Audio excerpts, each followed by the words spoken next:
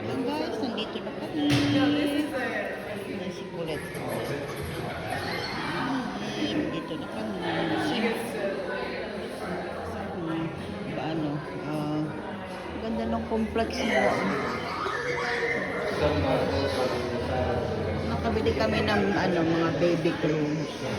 Doon kami pumupunta doon sa clinic ni Colando. Papunta doon sa bundok na yun. Guys, ang ganda! Ang ganda ng lugar nila.